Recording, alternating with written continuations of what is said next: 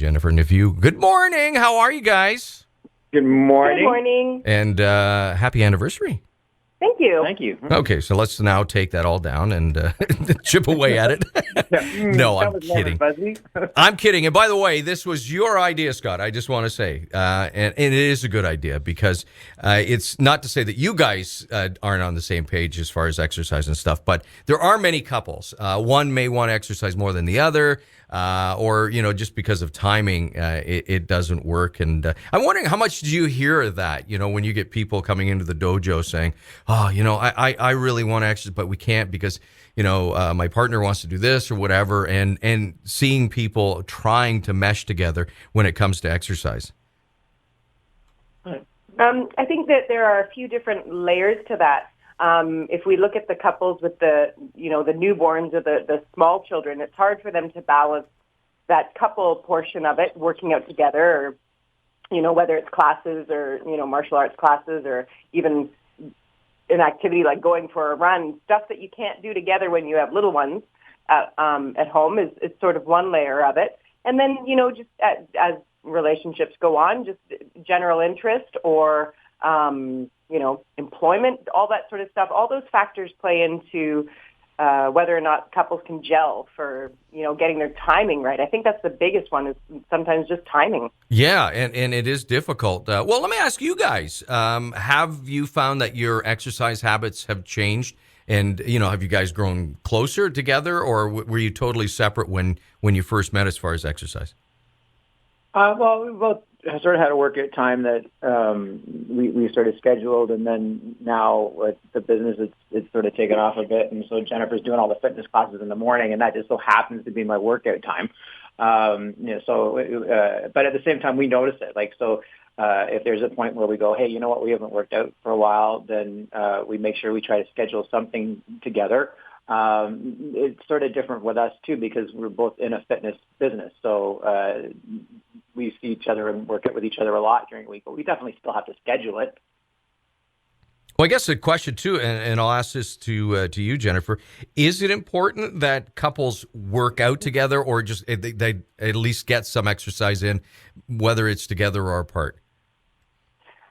I really like at the gym and in the club when there are couples who are working out together. I think there are two different kinds.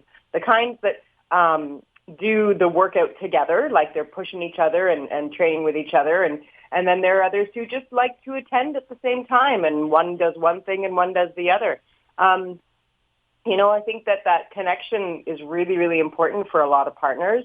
And personally, I find it very, very important. It doesn't really matter what the activity is, whether it's, walking or running or cycling or, classes. If that connection to your partner through the activity is an important factor of your relationship, you're going to figure out how to do it.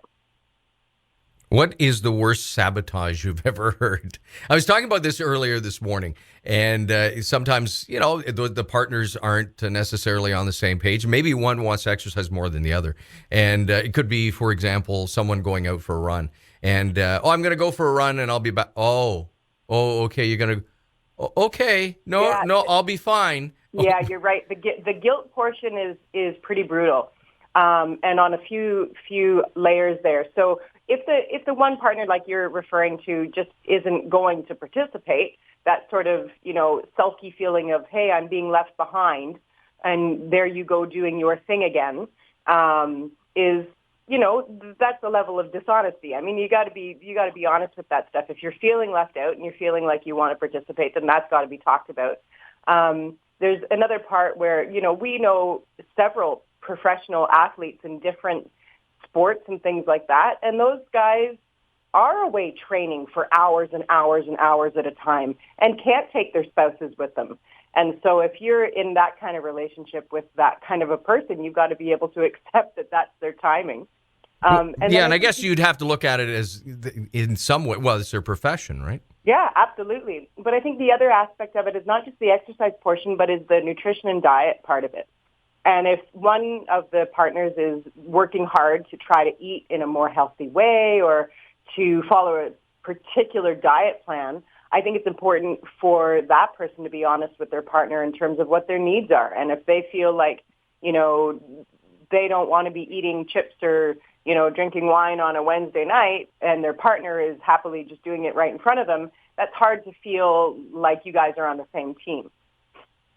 Do you guys ever have people like doing a date night and showing up at the dojo or, coming for a workout session? Funny you should say that. This Friday night. Yeah, we have, last month we did the same thing. We did a couples kickboxing.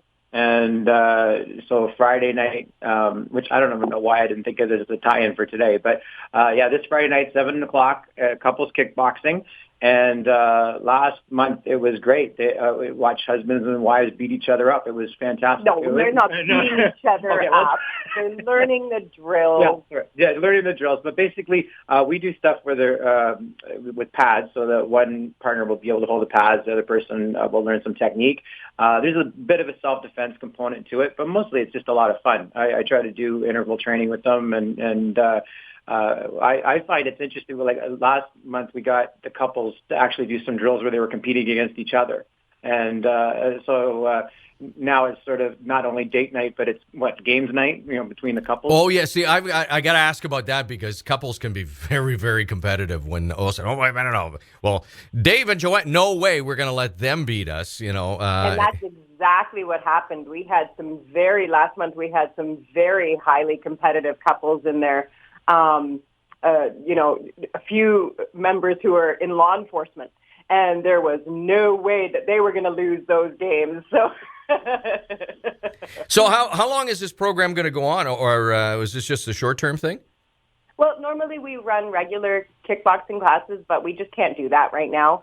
So we're doing essentially once a month couples kickboxing, and we put them on a Friday night, sort of where we can fit it into the schedule. So it's not I can't give you a regular, this is going to be this date each month kind of deal, but watch for it. It'll pop up. This Friday is the November one. Yeah, we've done the last two. It's grown in popularity, and so it obviously, if it keeps on growing the way it is, then we're going to offer more, just for the sense of interest, but also just we know when we add more classes, then we can socially distance everybody a little bit better, and because not everybody can make every single night, and we know that.